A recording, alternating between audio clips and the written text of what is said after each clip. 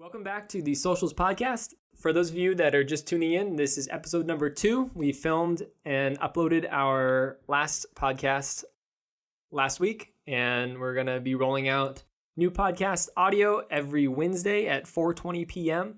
on Anchor FM, Spotify, Apple, and Google Podcasts. And then we're going to take video from the previous week's podcast and upload it every Monday at 4:20 p.m. on weedtube.com. as well as YouTube. I think we haven't got the YouTube started yet, but we're going to throw the previous week's podcast up there as well as this one.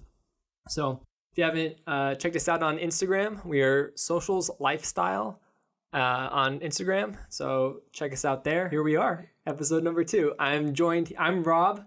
I'm joined here with Fan or John. How do you want to be? Let's stick with Jonathan. Jonathan? Okay. Let's make it very formal. Very formal. Okay. All right. That sounds great. So I'm here with Jonathan. He's actually with Unbounded Media.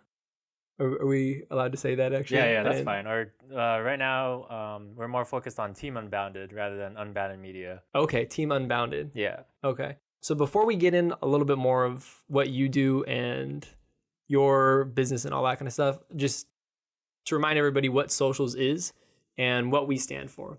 So we are Socials, or Socials Lifestyle if you check us out on Instagram.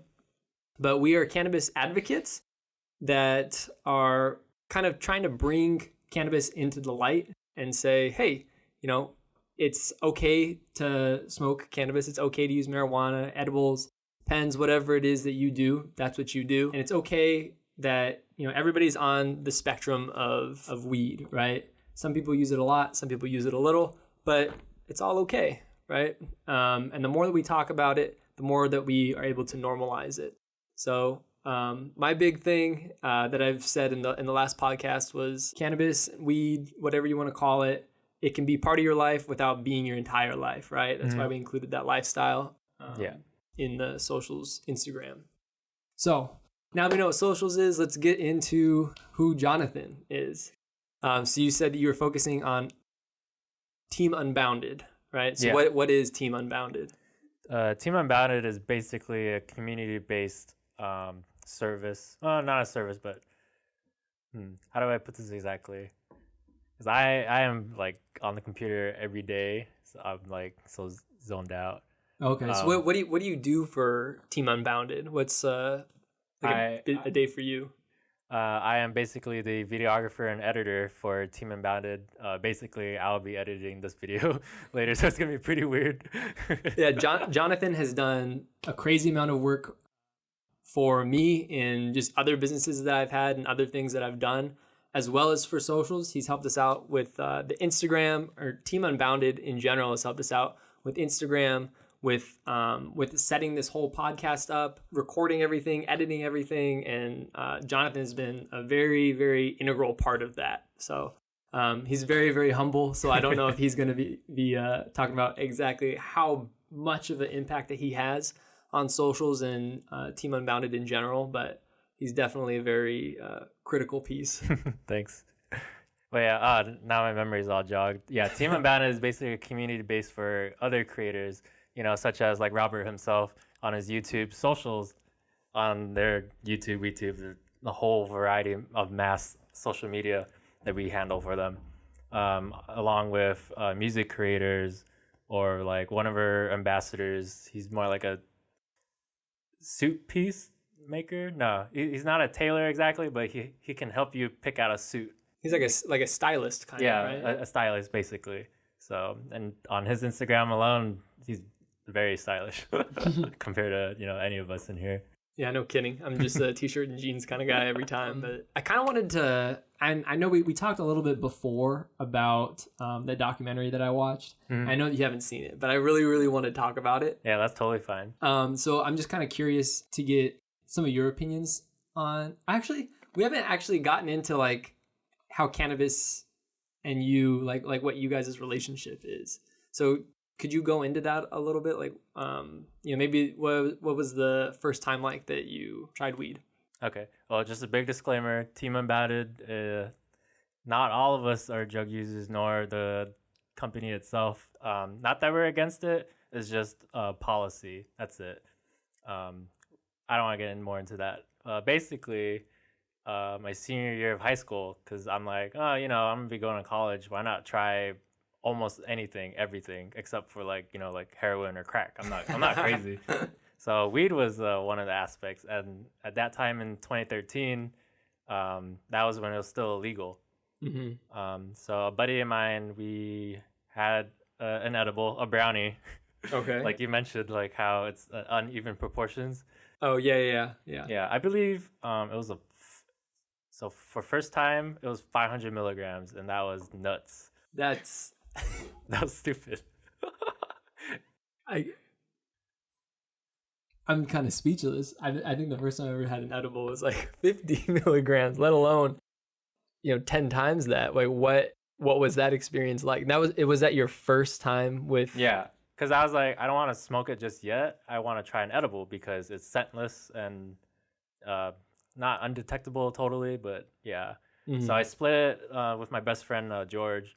Oh wait, should I mention his name? That's not really his name. Well, we don't know who George is. That's true. And that's the pseudonym probably, right? Yeah. Well, yeah. So we ate it, and then we just like messed around because it didn't kick in. It took about 2 hours kicking in. So we're like, oh, dude, I'm really hungry. I'm like, oh, strangely, I'm like getting like the munchies. But I wasn't high just yet. So we're driving down to Taco Bell, and then it hit me as I was driving. It was like a Star Trek sequence where hyper warp speed. Yeah. It comes in. I was like, oh fuck. And I'm looking at the speedometer. I'm only going 30, but like to my eyes, it was just like hitting me. I was like, whoa, I can't do this. Like, luckily I somehow made it and parked. And then my best friend, he went in first to order for us because he was less high than me. Because the moment I parked, my entire body just started massaging itself. I was like, massaging itself, like you just like went numb, or like what? Yeah, I guess that feel like? I guess I went numb because like senior year was pretty stressful for me. So I was just like super relaxed. I was like, oh my god, this is like the best feeling ever. And then my best friend comes back with the food. He's like giggling nonstop. I was like, what the fuck's wrong with you? He's like, I don't know, dude. And then I went to the restroom, and then all of a sudden I started giggling. Yeah, and then after that, we ended up knocking out in the parking lot, and then a few hours later we woke up to these dudes bumping music really loud, and then right as about to leave, cops rolled up. You just got like the whole like I think that everything happened in that first sequence of you trying it. Yeah, so you have no idea how fast my heart was beating. Yeah. My best friend described it that my heart was gonna jump out. Yeah. Yeah. So the cops were called on because the dude's bumping music. And then I was like, oh fuck, what do I do? And he's like, just start the car and go. And then as I reversed, the cops were like, stop. And I'm like, oh fuck. So I stopped, complied, and then they were flashing the light in the car. But luckily, I was so tall that it blocked. Like my dorsal saved me. It blocked them from seeing my eyes. And they're like, oh, are you with those with those guys? And the guy's like, no, they're not with us. I'm like, no, we're not. And after a little bit of interrogation, I was like, okay, we're free to go. Thank God. But when I left Taco Bell, there was a squad car following me. And then my best friend's like, don't freak out, but they're following us. I was like, oh fuck. So, now you're getting all paranoid. Yeah. I was only going down like a quarter of the street. And I just made the first left. Oh, mind you, I was still very high, so I could barely see because I just woke up. So everything was like watery, I guess. So I made that first left, and then the squad car fucked off. And I'm like, okay, all right, we're in the clear. And then as we were driving, oh, by the way, it was a hybrid. I forgot to mention that. Okay. Yeah, it was a hybrid brownie. So as I was driving to my other friend's house because it was like halfway to mine, I was falling asleep. Like along the way there, and my best friend's like trying to wake me up. He was slapping me, punching me. He's like, "Stay awake!" Oh my god! And then it was so much adrenaline. I had to pull over, and I threw up because I just. It's just like a whirlwind of like everything that's going on, right? Yeah, I was just like, oh, never, ever again. When we finally pulled up to our friend's house, we just let him know, hey, we're gonna sleep here for a couple hours. And then after that, I felt a bit better when I woke up. I dropped my best friend off. I drove myself home. I couldn't make it into my bed. I just ran to the couch. I just laid there. My parents found me. And oh yeah, Asian parents, like they're very against cannabis. Yeah, of course. Even still are. Yeah, my parents were like, "Hey, what are you doing here? It's 5 a.m." I was like, "Oh, I just got home," and then I just mumbled, and they dragged me to my room, and I just fell back asleep. And then I woke up. Everything was, I guess, a-okay. Wow, I'm trying to like count the number of bullets you dodged like in one night. Yeah. So 18, new driver's license, not supposed to have any passengers. Driving under the influence, do not do that.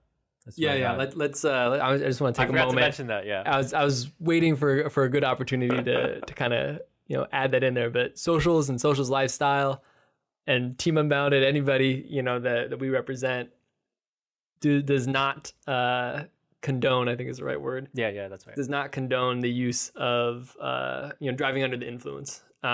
Even if you think, oh, I'm fine, it hasn't hit yet, or oh, I'm good now. You gotta wait. I think it's like 6 to 8 hours. I think. Yep, 6 to 8 hours. So because the more responsible that we are as cannabis users, the better that our public perception is going to be. So as long as we're being responsible, especially with motor vehicles and stuff like that, the easier it is. It's going to get us to be fully accepted throughout the United States, throughout the world, all that kind of stuff, because we just have to set a good example. So I'm sorry to kind of take that tangent. No, it's okay. We have to stress it because like alcohol, drugs, no matter what, it's not tolerable to drive under those conditions. Like I just described what it was like driving while high. I could not see anything. I could not be responsive.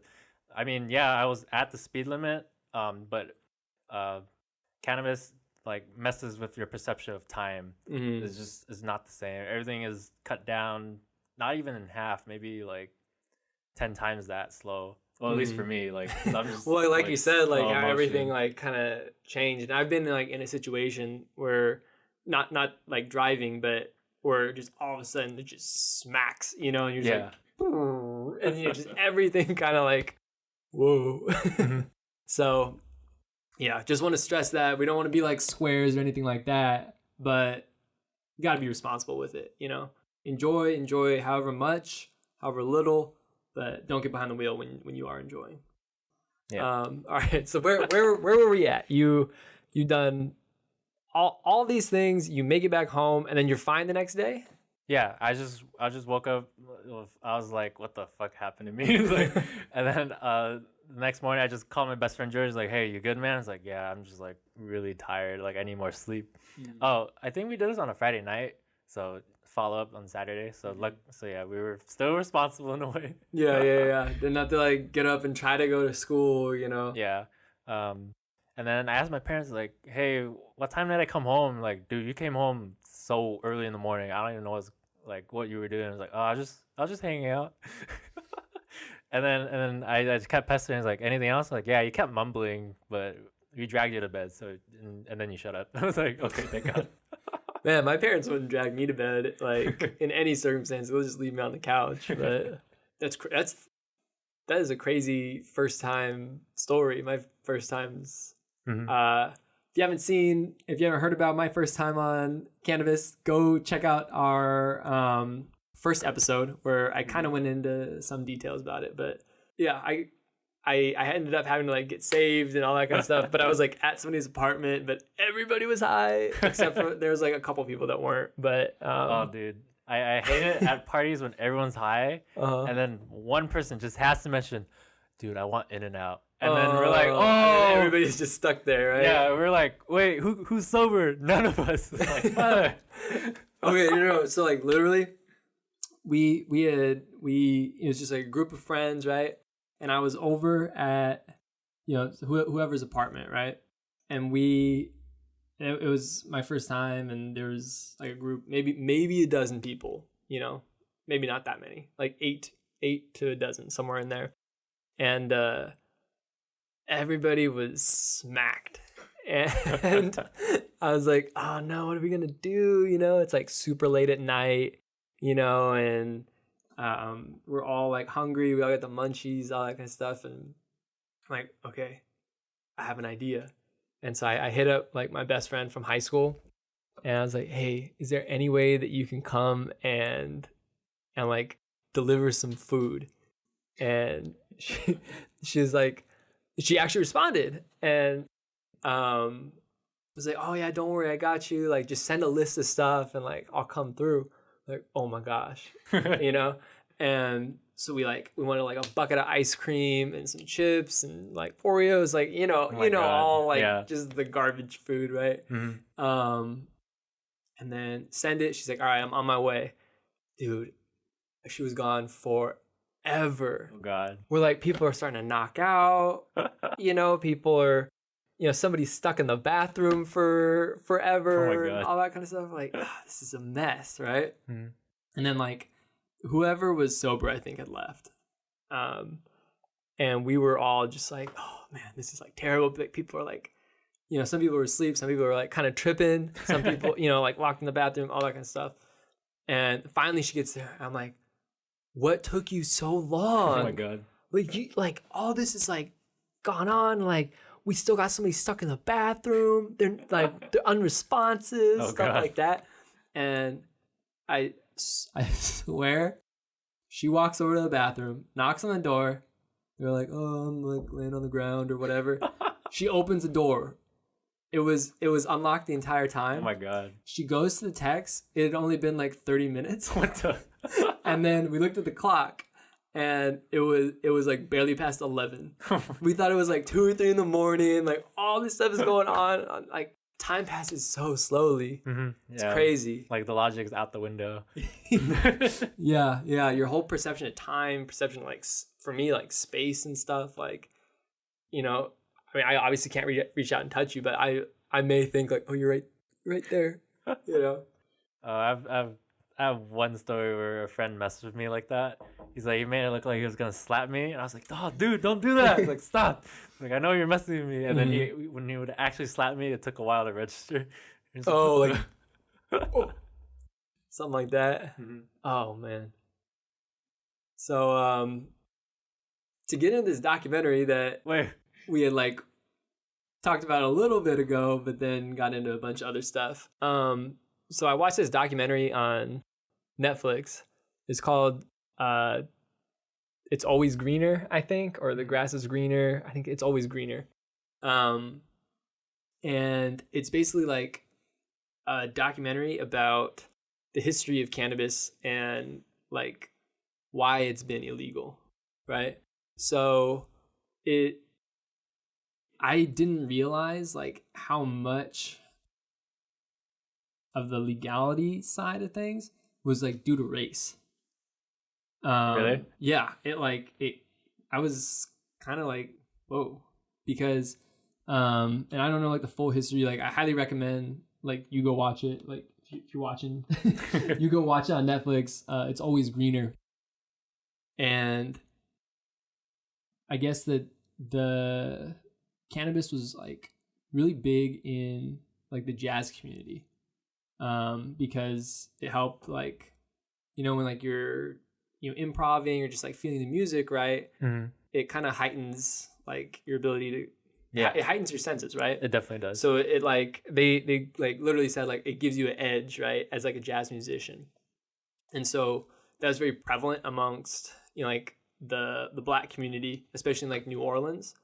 And then it kind of got associated with blacks and Mexicans too. And at the time, man, I wish I like had like a notepad, like taking notes or whatever, but I forgot like the dates. But I mean, we're still dealing with racism today, but it was obviously a lot worse, the further back that we go. And just basically said like, okay, well, we're going to like only refer to cannabis as marijuana. And then that's going to give like the sense, like the association, we're going to associate it more with like Mexicans and Latinos. Yeah. Like by calling it marijuana, and that like paired with all like this like fake news of like all these studies of like this man, like he like killed his family and he like just turned like into a maniac, like a psycho or something. Yeah. And he was on marijuana. And to people that have never experienced it before, they just know like, oh, it's the devil's lettuce or whatever, right?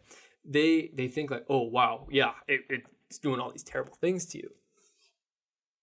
And then like, I mean, there's so much to unpack, and I wish you'd see it so we could like go back and forth with it. Yeah. But like there's just, whether it was like Nixon or Reagan, or I mean a lot of like the Republicans more, they focus so much on like how it can just like fry your brain, make you go insane, and all that kind of stuff. And then they obviously criminalized it by, you have these huge sentences, these super long sentences for, like the equivalent of just possession of anything, right? It could be less than like a joint's worth. It could be, let alone like somebody who has a significant amount, right? Yeah. And so then you get into like all this stuff that's like the repercussions of it. I mean, like I'm not going like anywhere near into the detail that they went into it, because there's all this stuff that like just systematically just was putting like these groups of people down. Yeah. I highly recommend going and watching it. But they were just like systematically just pushing these people down to the point where they're just in and out of jail.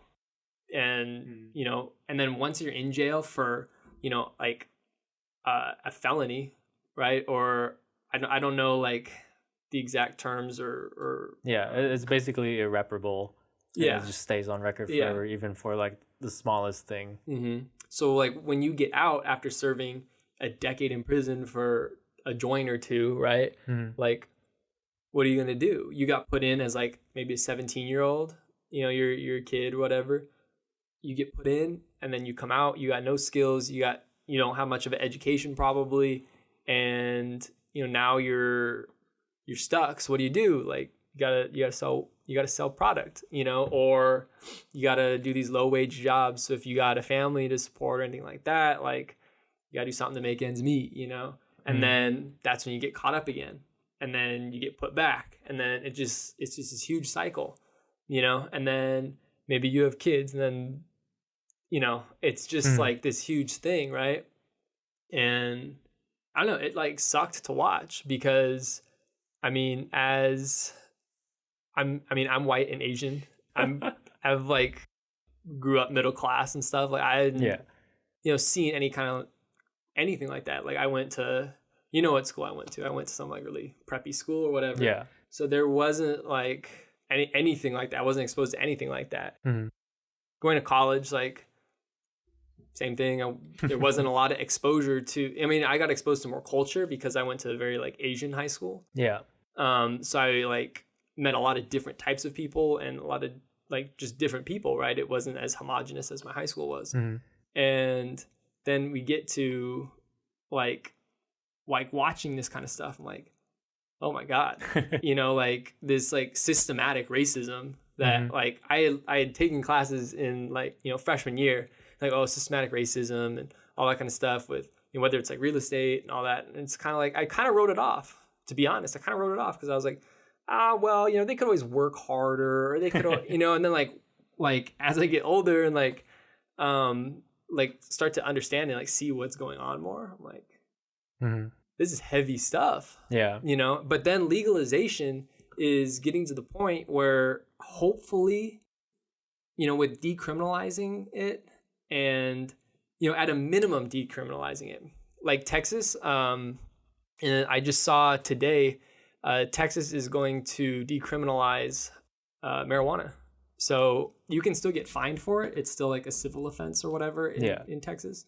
But I guess now like you won't go to jail for it. So that's going to supposedly keep like tens of thousands of people, like Texans, out of jail. Yeah. So, I mean, that's like, it's something at least, right? Yeah, because that will reduce at least the minimum amount of fines that people won't be placed into jail, because the fact that Texas is heavily Republican, especially being in the Bible Belt. Yeah. A lot of them, well, I wouldn't consider it stick up their butt, but like, but like the open mindedness is lack of. Just that we're aware. I'm not a liberal. And neither am I. I mean, I think most people are like very center. Yeah. Especially, people our age. You're 24 also? Yeah. Okay, yeah. 24-year-olds or just 20-year-olds in general. I think people are like very center, and yeah, because it's a lot of like us versus them, and then you got to just pick a side, right? Yeah, because I much prefer to hear both sides. Both sides have great ideas. It's just finding the middle ground to implement them. Yeah, and that's always difficult because even though the middle ground is great, both sides will still not like it. Yeah, at least because it's a compromise, right? Like, yeah. They're like, oh, this compromise is great, but I didn't think of that, so I'm not gonna go for it. yeah. And I think that, I mean, I don't want to just like keep plugging cannabis and weed and whatnot, right? But like, weed has really opened up my mind in that, like, I don't know if it just happened like concurrently with like just me becoming more educated and like wanting to see other perspectives, but I definitely like try to find the other side, right? Like if somebody disagrees with me, like I want to hear them out. And I think that has something to do with, because I said in the first podcast, you should go watch the first one if you haven't, that, at first, I had a very strong opinion on, marijuana and just lots of different topics. But as like I was introduced to the idea of it, and then kind of working through whatever else. Yeah. I feel like I've become a lot more open-minded and like understanding and just more empathetic. Yeah. In general. Yeah, I wanted to get into that because like the reason why I made my senior year more unique is that I was like, you know what? Why don't I just try the things that I was against that because like, fuck it. Yeah. That was the mentality I was going for. And we both grew up differently. I grew up at schools that were dominantly Hispanic, and like I had to fight my way through just to not that where they point out that I'm different, I'm the same. I'm a freaking human being. Like, don't single me out. That type of mindset. Like we're all the same. It doesn't matter if you're Hispanic or I'm Asian or I have high income and you're low income. That's like, so I grew up that everybody's equal in my eyes, but of course, literally not everyone's equal. I think I feel like I'm going off tangent, but just talk. It's fine. We're here to talk about it, right? Yeah. The more that we talk, the more that like we can normalize. Oh, yeah. Now I remember what I was getting to. Okay. Yeah, I wanted to try weed because like I never tried it, and after I tried it, I understood its uses and benefits, and I meet other people that are like, oh, weed is bad for you, and I ask them, have you tried it? And they're like, no. I'm like, okay, I don't think you can really give an opinion until you try it. I don't know. Do you agree with that? To an extent. I think that like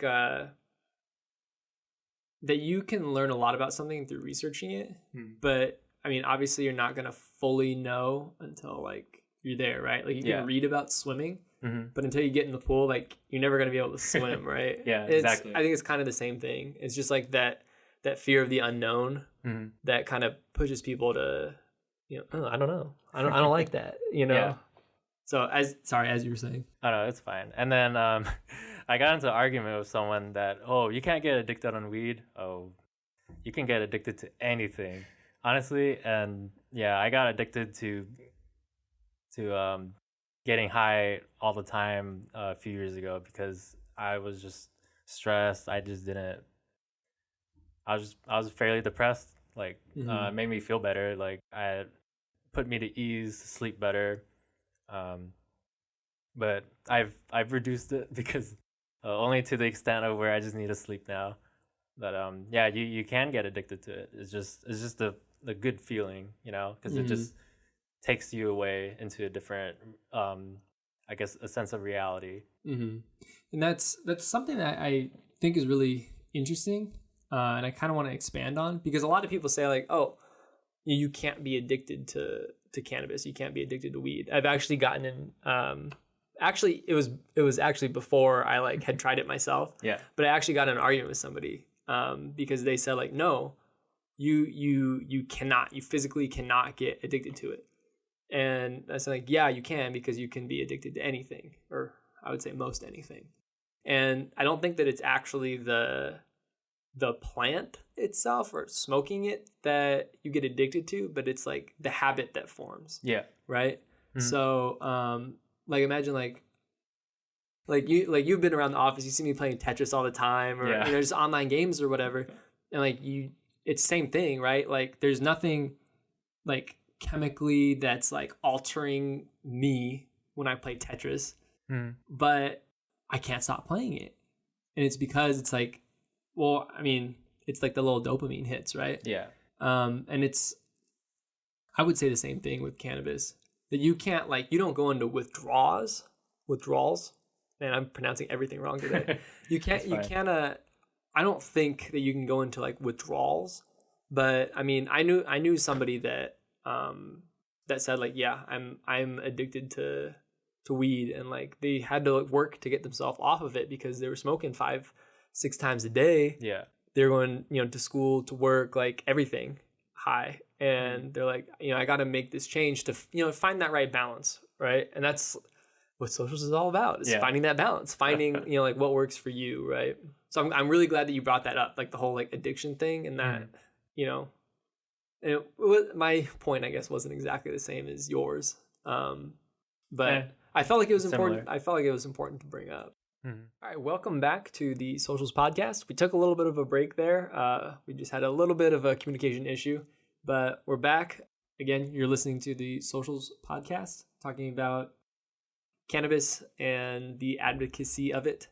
I'm here with Jonathan, and one of the reasons that I asked you to be here, you know, other than just like talking to you friendly and all that kind of stuff, is I really wanted to get your perspective, because I really wanted to talk about the documentary, but then I wanted to get your perspective just kind of transitioning from documentary to like film. You know, I mentioned jazz and its influence there, but has cannabis, do you know of at least, have any influence on like the film industry?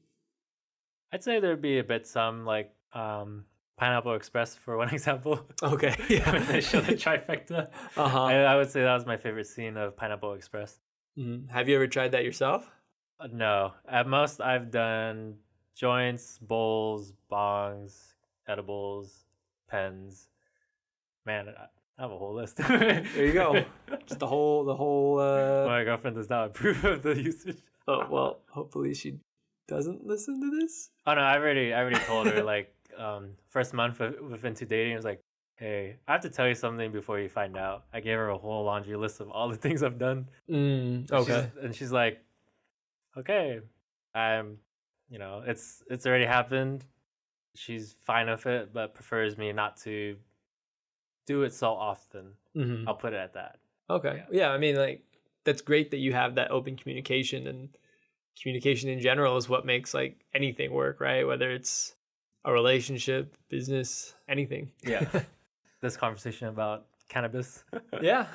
Just bringing it into the light. Do you know of any like prominent filmmakers or that have had influences from cannabis, other than like maybe Seth Rogen? I mean, we see like Snoop Dogg has released a number of different, I don't know if it's movies, documentaries, a number of different like productions. Yeah. I guess dating back like into the 90s, I think early 90s. And, you know, even, you know, recently he's still like putting stuff out, and he was actually in the documentary that I talked about. But do you know of any others that have had influence? Ironically, not that much, even though I'm a film student. I'm not that much of a film buff to pay attention to a lot of those details. Mm-hmm. At most, I've only seen it in comedies or like just to make the scene less boring, like replacing a cigarette with, like a joint. Mm-hmm. I'm drawing a blank. Okay. Not really, other than Seth Rogen, maybe James Franco. I'm not sure. I mean, he was in Pineapple Express. And Yeah. I'm trying to think of. I'm drawing a blank on other movies that he's been in. I know he's been in a lot, but okay. Well, I mean, I can talk about editing while I was high. That's okay. Yeah. What is that like? Is it beneficial? no, not at No, all. it's not. No. Okay, I would think that it would help creativity. Does it not? No, because my mind goes to relax mode, or my whole body. I've tried to focus like really, really hard, but like the perception of time, it just messes with me. I'm just like, pulling the clip over. I'm like, okay, and then just like, and then I was trying to think of like what works creatively. I've done high and drunk just to see the difference.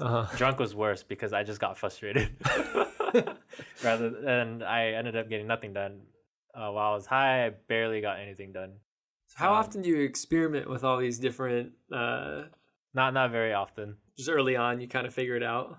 Yeah, I was just like, oh, what is it like to do work while high? Not productive. I just ended up being on YouTube and just in my bed. Oh, okay. Yeah. So it's pretty safe to say you just keep it out of the workplace. Pretty much. Okay. For me, it's actually, I mean, a little bit different, I guess. For me, it's more like if I'm feeling really stressed, I take like just a quick little puff, and then it kind of like resets a little bit.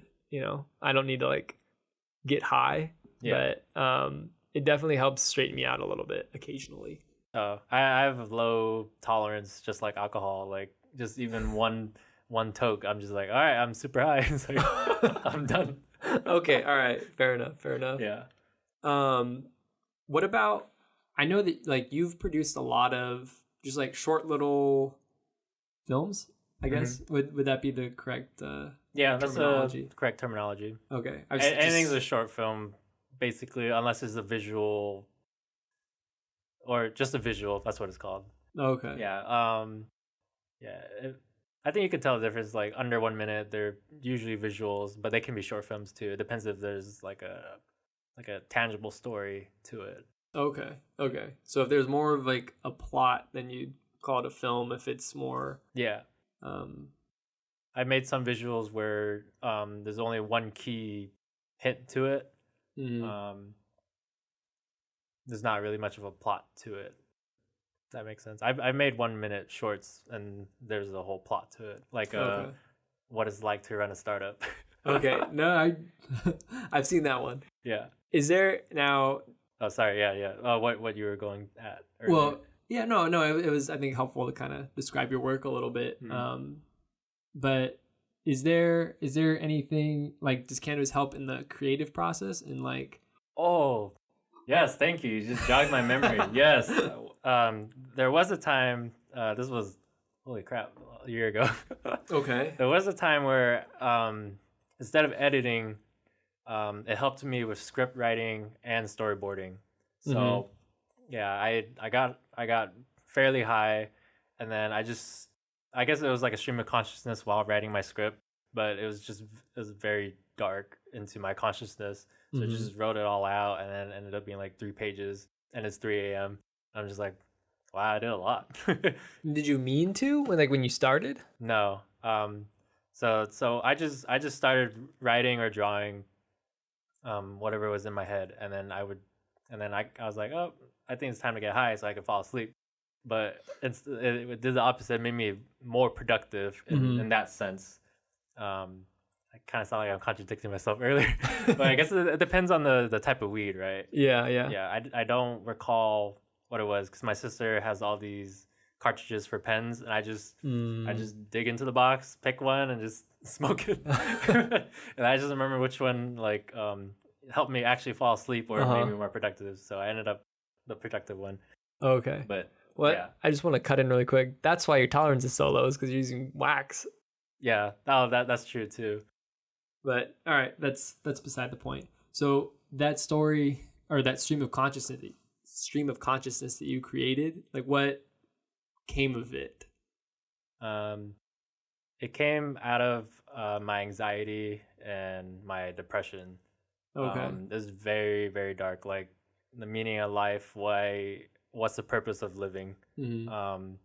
What's the end game of it?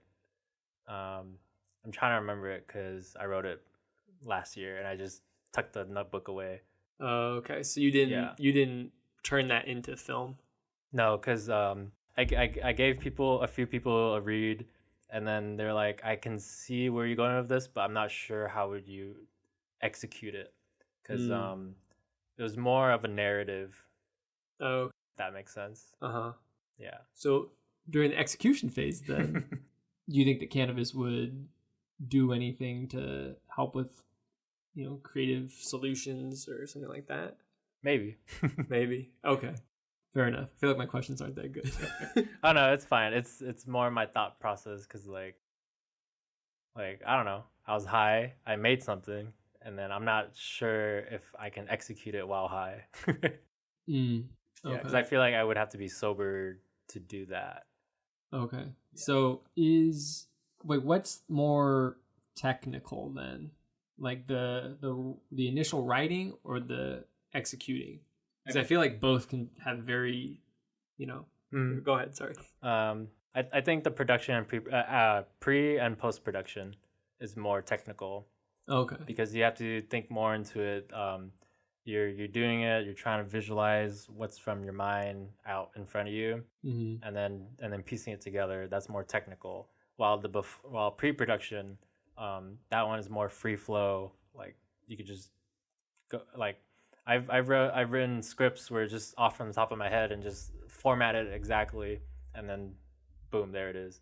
Yeah. So yeah, pre-production just.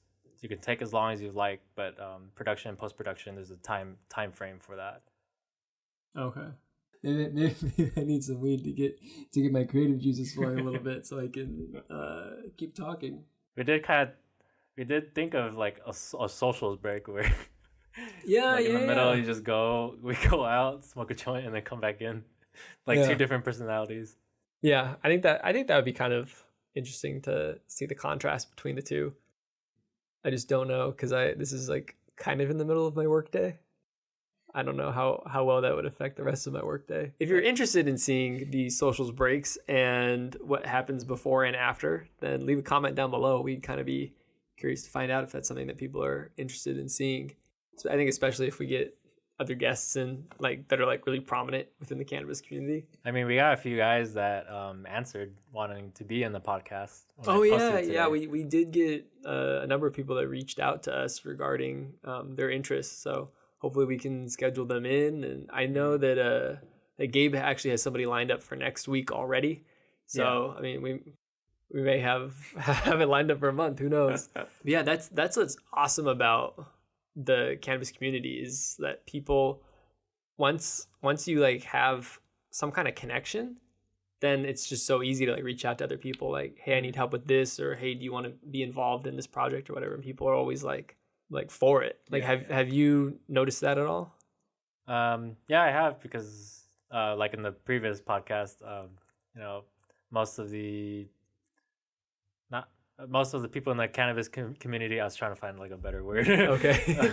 Most of the people in the cannabis community are very open-minded. They're willing to, put out a helping hand as much as they can just to pull everybody up to the same level. I guess I could be more technical, going into your guys' Instagram's insights. You get more reaches through the homepage, your followers basically. I'm just wow, this is the meaning of community, because even with the hashtags, you barely get anyone out of it, but with your homepage, you get everyone engaging and being communicable. Because you have the experience of seeing a lot of different insights from a lot of different accounts, right? So what makes us so special for somebody that doesn't understand the insights behind Instagram and engagement and all that kind of stuff? what makes the cannabis community that you've seen on Socials Lifestyles Instagram versus other Instagrams that you've seen? I'd say it'd be a different niche. I mean, heck, like just going through your guys' Instagram is just literally community based. Like everyone's all for each other. Everyone is trying to support each other. Versus other Instagram accounts is just like, you know, it just follows their niches. That's it. If they see it, they like it. That's it. Rather than actually talking to each other. Yeah, that's the difference. Yeah, I can say that I fall into the entrepreneur niche. And so there's a lot of, I mean, I haven't seen the back end so much of it, and you may have a different like insight, but within the entrepreneur niche, holy cow, there's like a lot of engagement, but it's all so fake. Yeah. You know, people are like, love this, you know, I don't know, whatever, like motivation stuff, or like that they're so inspired by like a post or whatever. And like, I fall into the entrepreneur niche, but like, I'll post a picture of my car and they'll be like, wow, I'm that inspired, like keep up that hustle. It's like, dude, it's a Volkswagen, like settle down. You know what I mean? Yeah, I know. It's the organic versus inorganic type of reach. And from so far, what I've seen with socials is more organic. And made me really happy just looking through it. I was like, oh my God, like look at all this, like what you guys are getting. Like, yeah, that's amazing. Yeah, I wanna start posting more on it, because I feel like of all the different things that I do, socials is like has the strongest community, right? And I think that building community, which is like what a lot of like cannabis does that a lot, very easily builds community. And I think that people get the most fulfillment out of that, right? Yeah. Like we had a conversation the other day about like what happens if Instagram removes like the comments and likes, like or not the comments and likes, the likes, the like counters. But I also said, oh, what if Instagram is gone forever? Like, you know, like what will happen to everybody? All those, like, I guess I sound a little cynical and salty, but like I'm in the same boat as you, dude. Don't even worry.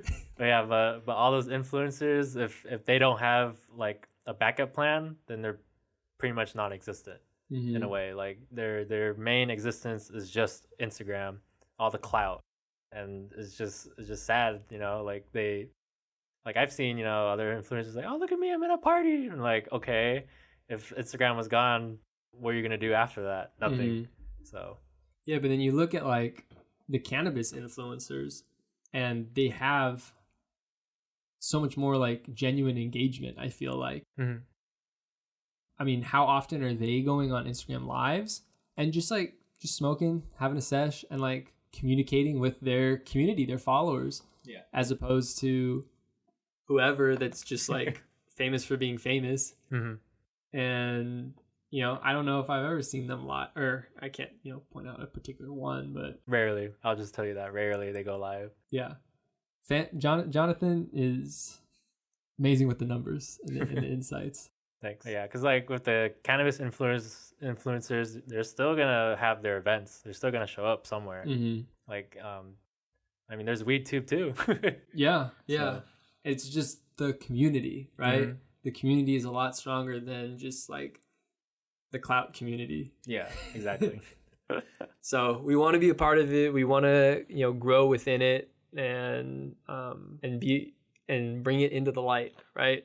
Cannabis, and just normalize it. That's exactly it. So you have anything else to add before we take off?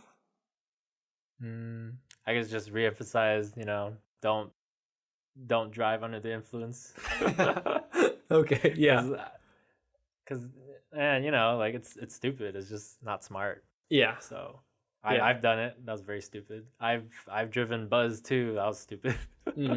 I think that it's really easy to say like, oh, I can handle it, you know, because you have like that heightened, especially with alcohol. You know, oh, I can handle it because it's confidence juice, right? Yeah. And I think like cannabis the same way is it just kind of releases some of your inhibitions normally, and so you just have to like think everything a little bit more through before you like take action with something like driving or Yeah, operating heavy machinery. exactly. Thank you very much for listening. This has been Socials Podcast with Rob and our guest today, Jonathan. Remember that audio is released every Wednesday at 4:20 on Anchor FM, Spotify, Apple, and Google Podcasts. And then we release the video to the previous week's podcast on YouTube and weedtube.com at 4:20 every Monday. So check us out on Instagram, Socials Lifestyle, and thank you again for listening, and we'll see you next time. Thank you.